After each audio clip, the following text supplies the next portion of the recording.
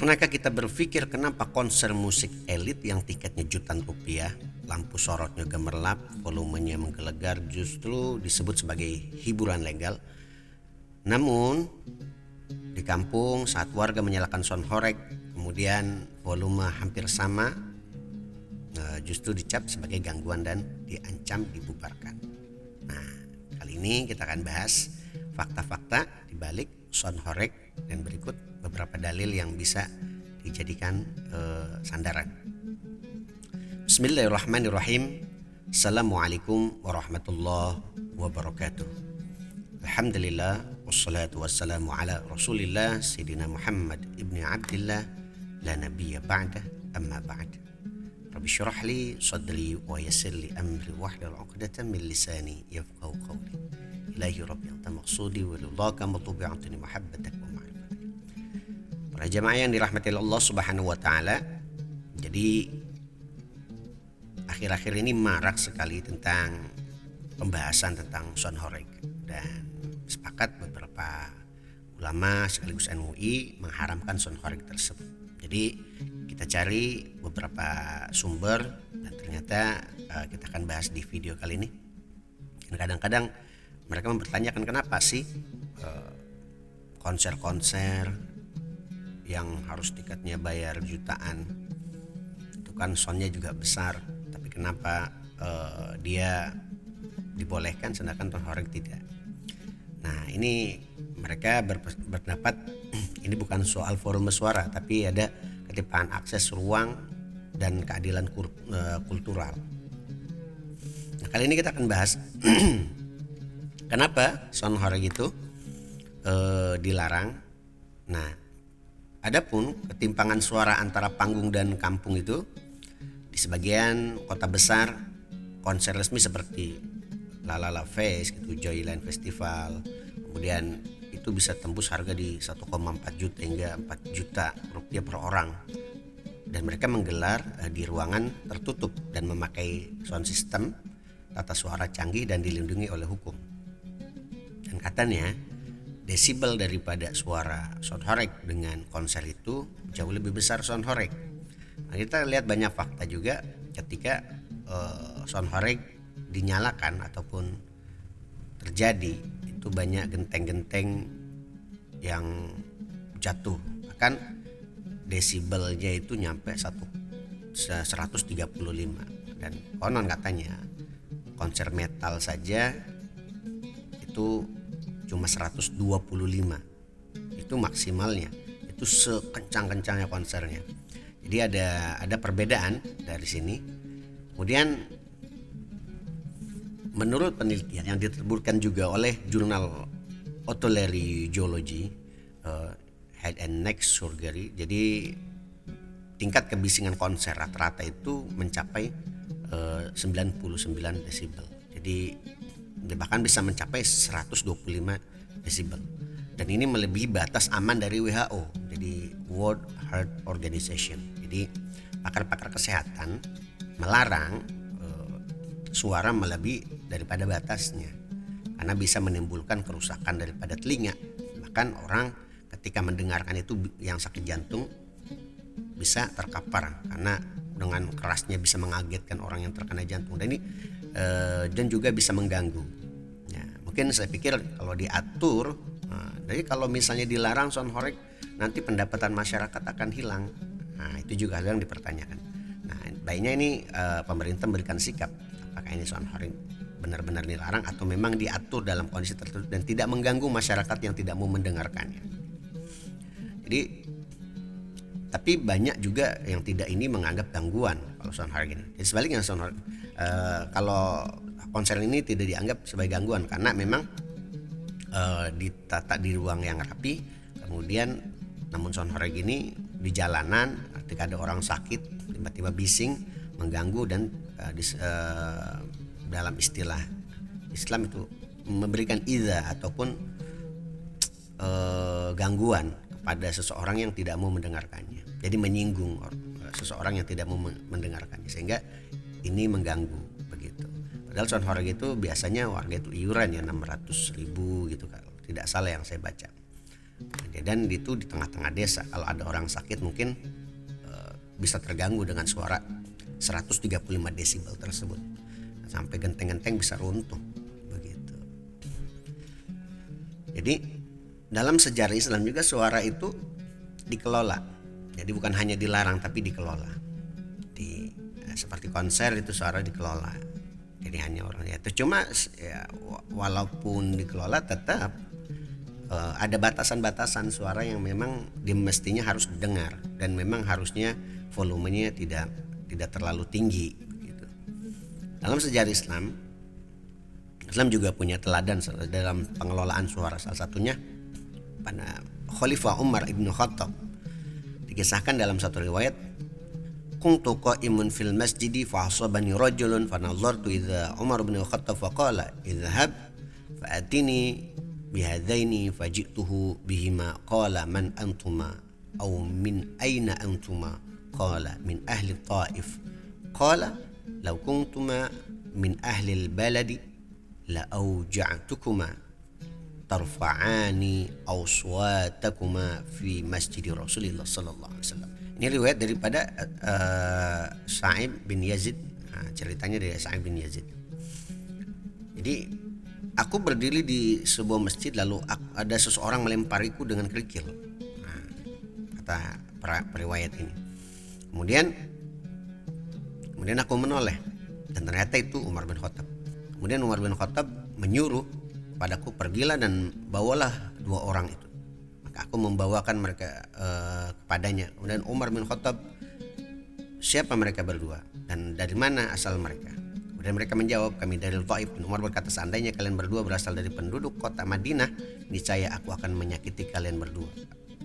Aku akan memberikan pelajaran kepada kalian berdua, karena kalian telah meninggikan suara di masjid Rasulullah SAW. Jadi ada orang yang berisik di masjidnya Rasulullah SAW. Jadi ada dua orang musafir yang dari Taif, kemudian datang ke Masjid Nabawi dengan menggunakan suara yang sangat keras dan mengganggu jamaah. Dan Umar bin Khattab menegurnya. Dan ini cerita ini ada dalam kitab Sahihul Bukhari, juz 1 halaman 110. Nah, dari kisah ini kita menggambarkan bahwa dua orang Taif ini berada di dalam Masjid Nabawi, kemudian melakukan kebisingan sehingga mengganggu jamaah. Kemudian Umar bin Khattab melemparinya dengan memberikan arahan kepada orang tersebut untuk tidak melakukan kebisingan, karena idza mengganggu, ya kan, mengganggu para jamaah yang sedang berada di masjid baginda Nabi Muhammad sallallahu alaihi wasallam. Dan adapun riwayat yang lain juga ditegaskan bahwasanya ruang ibadah juga harus dikhusyuk ketenangannya, apalagi kalau ada sound horeg melewati masjid, melewati tempat-tempat ibadah dan posisi dalam kondisi sholat, itu jelas dilarang. Kemudian Imam Malik juga menyebutkan di dalam kitab Muwatta, anna Umar bin Al-Khattab bana ila janbil masjid rahbah samaha Butayha, kana yaqul man arada ay yalghata aw yunshida syi'ran aw yarfa'a sautahu falyakhruj ila hadhihi rahbah. Umar bin Khattab membangun di samping masjid sebuah pelataran, jadi lapangan terbuka mungkin ya, yang dinamai Al-Butayha. Al-Butayha. Umar bin Khattab ini, siapapun yang hendak berbicara gaduh ataupun melantunkan syair-syair, ya maksudnya berisik lah begitu kan, dan meninggikan suara, apalagi pakai sound horeg ya kan, maka keluarlah, kata Umar bin Khattab. Jadi jelas Umar bin Khattab melarang kebisingan yang bisa mengganggu masyarakat sekitar, termasuk para jamaah yang sedang di situ. Nah, ketika bertambahnya jumlah penduduk Madinah itu, ya Umar bin Khattab banyak sekali memberikan aturan-aturan pada masyarakat. Salah satunya beliau juga membagi posisi masjid menjadi 4 zona: ruang sholat, halaman, ya, kemudian Sufah Utara, Butayha di timur, ya, dan inilah yang saat ini perlu kita perhatikan. Umar bin Khattab mencontohkan sesuatu yang memang kita harus bisa objektif gitu dalam melakukan segala hal, termasuk sound horeg ini. Kemudian sejak zaman Abbasiyah, suara elit ataupun seperti musik istana dan konser khalifah itu juga dihargai, bahkan dicatat dalam sejarah. Tapi suara yang rakyat biasa, ya maksudnya kayak seperti sound horeg gitu, tak tercatat dan tak diberi tempat gitu, tak diberi ruang gitu. Karena tidak mereka melakukannya tidak dengan aturan biasanya begitu. Ya, mungkin saya pikir kalau sound horeg diatur, kemudian volumenya juga diatur, kemudian kebisingannya diatur dan tidak mengganggu, saya rasa ini bisa jadi solusi ya. Tapi yang jelas tidak sampai suaranya desibelnya tinggi, kemudian rumah-rumah warga pada jatuh begitu kan, dan dilakukan di lapangan tertutup misal begitu kan, yang hanya orang yang mau dengar saja yang bisa dengar, itu tidak mengganggu masyarakat yang lain. Saya rasa ini juga menjadi solusi ya kan. Tapi jelas kalau memang sound horeg itu dilakukan di ruang-ruang publik begitu, mengganggu orang, itu juga bisa haram. Yang jadi masalah adalah keharaman di sini bukan hanya diaturnya saja, tapi kan desibel dari sound horeg itu kan bisa memadorotkan pendengarnya, bahkan penontonnya aja, walaupun diatur di satu ruang di satu tempat gitu, hanya yang mau nonton saja yang bisa nonton itu kan ketika desibelnya tinggi itu bisa mengganggu pecah telinga begitu. Kalau ada orang jantungan juga bisa langsung pingsan itu kan. Ini bahayanya. Makanya kenapa ulama mengharamkan sound horeg ini. Dan konser elit kadang-kadang diberi panggung legal aman, karena memang mungkin konser-konser elit tersebut diatur volumenya begitu. Tapi balik ini semua baiknya pemerintah memberikan sikap agar tidak terjadi gaduh lagi ya. Kemudian ada perspektif daripada sisi tasawuf Imam Al-Ghazali tentang spiritualitas suara. Nah, ini pendapat daripada Al-Imam Ghazali. Kita harus simak pendapat beliau Imam Ghazali dalam kitab Ihya Ulumuddin. Man ahya asgha ilaihi bihaqqin tahaqqaqa wa man asgha ilaihi binafsihi tazandaqa. Siapapun yang mendengarkan suara dengan kebenaran, maka ia akan tercerahkan. Tapi siapa yang mendengarnya dengan nafsu, maka ia akan tersesat. Ini pendapat daripada Imam Ghazali dalam kitab Ihya Ulumuddin juz kedua halaman 292. Nah, bagi Imam Ghazali suara itu bisa menuju jalannya Allah. Misal suara sound itu dipergunakan untuk sholawat misal begitu kan, didengar buat untuk zikir. Nah, jika didengar dengan hati yang jernih, maka itu akan membawa kita kepada ridhonya Allah. Tapi suara yang bisa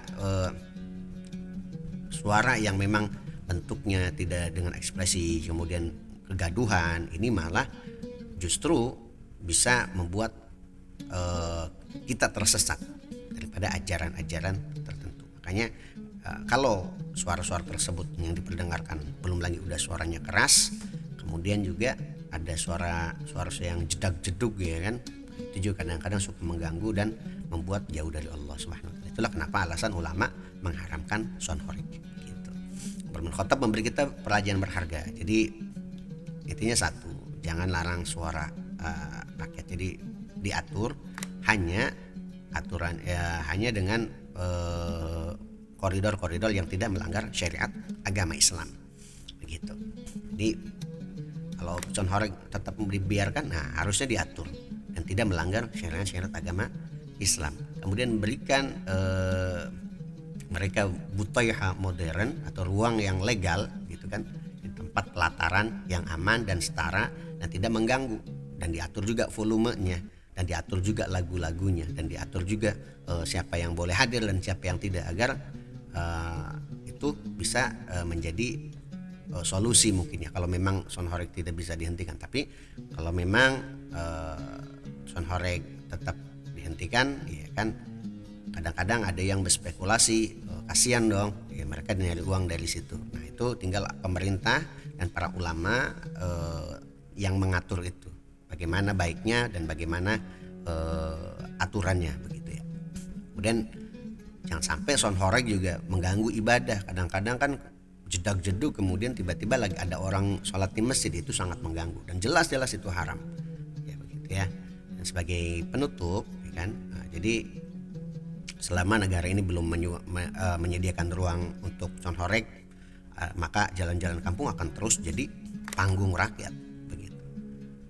Jadi karena mereka juga ingin bersuara gitu, ingin bereksis gitu. Bukan karena ingin mengganggu sebetulnya mungkin niat mereka, tapi jelas yang tidak mau mendengarkan jelas terganggu dengan suara ini.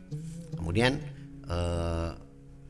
jadi intinya ulama bersepakat itu haram Sonhoreg karena memang satu mengganggu al-idza, kemudian menyinggung juga, kemudian tidak melalui aturan juga, dan bahkan bisa mengganggu kesehatan, pendengaran, jantung, kemudian bisa merugikan orang lain gitu kan, sampai genting-gentingnya sampai hancur. Tapi kalau mungkin diatur, mungkin hukum ini akan berbeda lagi pendapatnya. Ketika desibelnya diatur, kemudian tempatnya diatur, kemudian musiknya juga diatur gitu, itu mungkin beda lagi hukumnya. Jelas mudah-mudahan dari kajian ini mungkin kalau ada salah mohon dimaafkan. Yang jelas semoga pemerintah dan para ulama bersinergi mengambil sikap daripada kegaduhan yang ditimbulkan oleh Sonhoreg. Teman-teman juga Sonhoreg tetap jangan berkecil hati ya kan.